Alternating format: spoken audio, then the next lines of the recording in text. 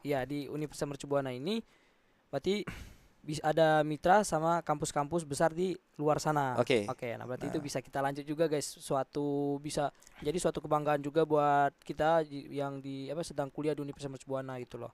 Oke, lanjut aja, oke. Pak.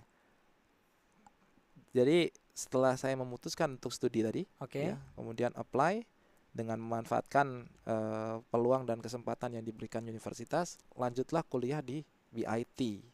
BIT itu adalah Beijing Institute of Technology di Beijing. Cina, Oh, di Cina. ya. Oke.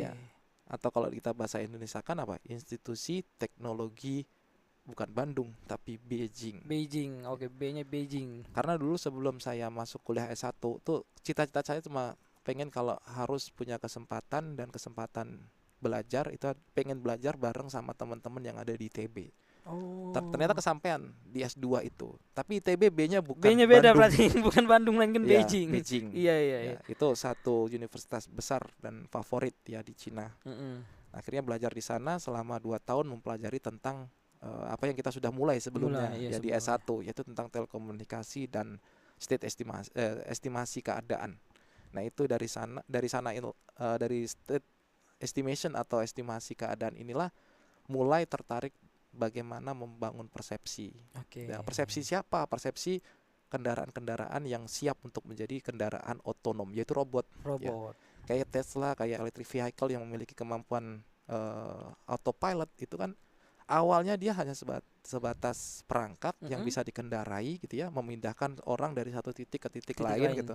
Tetapi ada kemampuan yang berangkat dari bagaimana persepsi itu ditangkap sebagai kumpulan-kumpulan informasi yang ada di memori. Oke, Ya, oke. memorinya si robot ini. Robot Ya, ini. kemudian baru akan ada instruksi-instruksi baru berdasarkan persepsi itu ya. Mm-mm.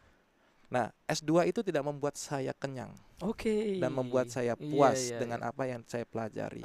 Dan justru lebih tertarik, bahkan lebih merasa ingin mempelajari hal itu. Ya, Mm-mm. karena mempelajari hal yang berkaitan dengan state estimation tadi. Nah, dan singkat ceritanya, saya kembali setelah lulus S2 itu ke Mercu Buana karena memang Mercu Buana dengan kesepakatan universitas itu Oke. saya harus kembali ke Universitas Mercu Buana untuk mengabdikan diri. Mengabdikan diri. Nah, tapi karena saya punya keperluan untuk menjemput target ya atau Iya.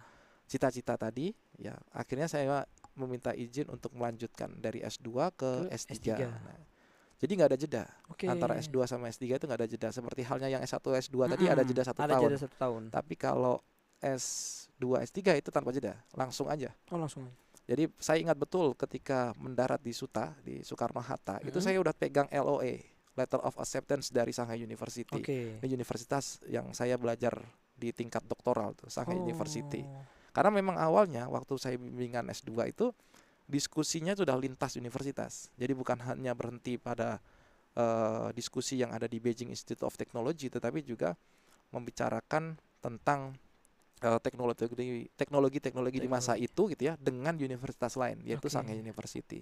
Nah, kebetulan promotor atau supervisor itu kita dari awal sudah tahu. Ya, saya udah tahu bahwa promotor yang akan menampung saya sebagai mahasiswanya itu siapa gitu saya udah tahu. Oke, oke, oke. Karena memang diskusinya udah lintas universitas itu. Oh.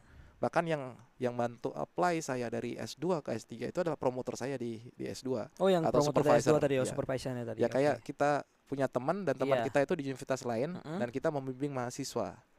Nah, karena mahasiswa kita mungkin dirasa bisa menguntungkan Iya. promotor itu dikirimlah semacam apa istilahnya tuh application ya Oke. untuk menitipkan kita lah, Menitipkan menitipkan kita anak bimbingan kita ke teman kita teman tadi gitu. kita Nah, tadi. itu dilakukan oleh supervisor saya di Oh, Beijing. di Nah, Beijing. dari situ yang tadi melanjutkan cerita yang saya di SUTA ya di Mm-mm. Soekarno-Hatta itu udah terima LOE. Jadi tinggal izin aja ke Universitas Mercu Buana. Oh. Mohon maaf belum bisa mengabdikan diri mulai Oke. saat Iya, ini. iya, iya, iya. Ya mungkin akan tertunda 2-3 tahun sampai 4 tahun lagi karena Oke. saya harus melanjutkan studi di tingkat S3 Mm-mm. ya, di tingkat doktoral. Dari situ saya berangkatlah di sana. Menghabiskan waktu 3 tahun ya. Jadi 3 tahun ya molor-molor dikit lah. Iya. Seharusnya 3 tahun itu akan dianggap sebagai lulus cepat dan tepat waktu, bahkan Tepat waktu. melampaui tepat waktu. Iya, iya, iya. Itu kalau 3 tahunnya pas di bulan September, tapi saya molor sampai Desember. Jadi Desember baru dinyatakan lulus. Oh. Nah, setelah itu kembalilah ke Mercubuana. Mercubuana. Yang ini akan menjawab pertanyaan Iya. bagaimana saya jadi Iya kaprodi benar awalnya. benar. Nah, kembali yang jadi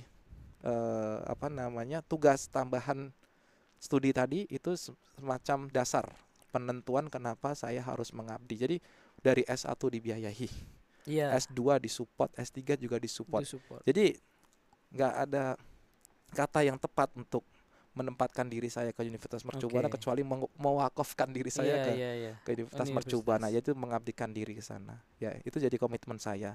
Nah, terlepas dari sejarah kenapa saya jadi kaprodi itu ya, itu urusan universitas. Ditempatkan kemanapun ya kayak saya petugasnya universitas saja. Nah, saya merasa bahwa itu adalah tanggung jawab dan bentuk balas budi saya dari semua hutang yang pernah diberikan dari S1 sampai S3. Jadi bukan sesuatu yang itu merupakan jenjang karir yang kita bisa kejar, bukan. Nah, itu salah satu yang mungkin menjawab tadi yang ditanyakan ya, bagaimana jadi kaprodi, yaitu urusan bukan saya, bukan sesuatu yang dipersiapkan dari awal, bukan ya. Tapi kalau apa yang kita dapatkan dari proses yang dinamakan belajar tadi, kita bisa siapkan. Nah, harusnya pertanyaan tadi itu mungkin kenapa kok punya keahlian di robotika, Pak, nih? Itu akan lebih enak menjawabnya. Karena saya bisa bercerita dari apa yang saya pelajari sebelumnya. Tapi kalau ditanya, kok bisa jadi kaprodi, gimana tipsnya, Pak? Itu yang nanti mungkin Pak Rektor yang bisa menjawab lah ya. Nah, intinya jawaban saya tentang kaprodi ya itulah ya.